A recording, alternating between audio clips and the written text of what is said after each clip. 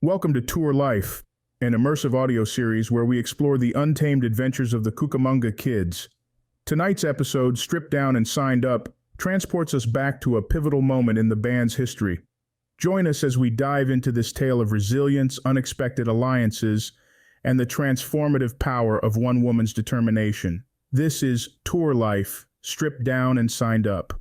The Cucamonga Kids, they won't back down through the chaos and madness. They wear their crown, living fast, playing loud. They're on a mission. This is the soundtrack of their punk rock vision.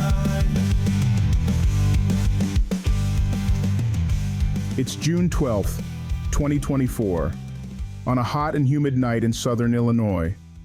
The Cucamonga Kids are wrapping up a gig at a small bar that's barely recognizable from what it used to be. As I sit at the bar, scribbling away in this diary, it's hard not to reflect on how much has changed over the past 6 years. The last time we played here, this place was a sleazy strip club run by a scumbag promoter named Steve. That night ended in chaos, but it also marked the beginning of a new chapter for us. The bar is buzzing with locals tonight, most of whom probably have no idea about the history we share with this place. Our manager, Mitzi, is over by the counter, tearing into the promoter. Her voice cuts through the din, a blend of fierce determination and righteous anger. The locals are watching, clearly impressed by her tenacity. "Where did you find your manager?" a man asks, his eyes wide with admiration. "She's reading that Dude the Riot Act, and I've never seen anyone get the best of Steve like that." I smile, taking a sip of my beer. "Well, it's a long story," I begin, glancing at my bandmates. "Back in the day, this place was a strip club, and she used to dance here. 6 years ago, we were a young band out on the road, struggling to make ends meet. We were excited to play at a strip club, thinking it would be an easy gig with a fun atmosphere. The place was dimly lit, the air thick with smoke and the scent of cheap perfume. Girls danced around us as we played, and for a moment, it felt like we were living the rock and roll dream. As the night wore on, the reality of our situation set in. When we finished our set and went to collect our money, the promoter Steve was nowhere to be found. Frustration bubbled up inside me as I realized we might have been stiffed again. Suddenly, a woman stepped in front of us. She was tall, with platinum blonde hair and a fierce look in her eyes. "Hey, promoter's trying to dip on you," she said, her voice cutting through the noise. "I got it." Before we could react, she marched off in the direction of Steve's office. Moments later, we heard shouting and the sound of furniture crashing. The bouncers rushed in, but she held her ground, refusing to back down. Eventually, she emerged, a triumphant smile on her face and a wad of cash in her hand. "Here, guys," she said, handing us our money. "You don't have to worry about it." We were stunned.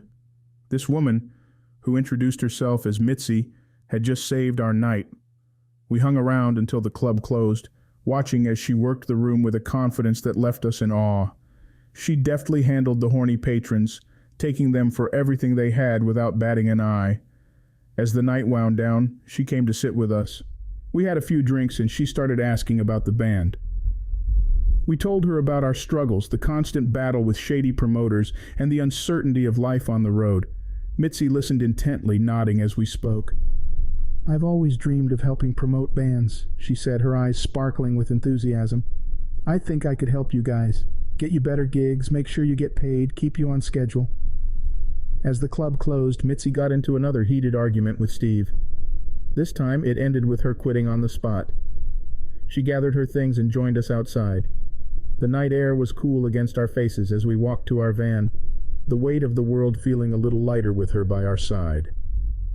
The next morning, we found ourselves at a Waffle House, nursing cups of coffee and plates of greasy food. Mitzi sat across from us, her expression serious. "Can I come on the road with you guys?" she asked. "I won't let you down. I'll be your band manager, and we can work out the details as we go." We looked at each other, knowing we had nothing to lose, and so Mitzi became our manager. From that day on, everything changed. With Mitzi at the helm, our fortunes began to turn. She was a force of nature, navigating the treacherous waters of the music industry with a savvy that left us in awe. Promoters who had once tried to cheat us now found themselves on the receiving end of Mitzi's wrath. She secured us better gigs, ensured we got paid, and kept us on a tight schedule. Her past as a dancer gave her an edge in the male-dominated world of music promotion. She knew how to command attention, how to negotiate, and how to intimidate when necessary. Under her guidance, we started to see a steady stream of success. And now, here we are, back in Southern Illinois, playing at the same venue that marked the beginning of our journey with Mitzi.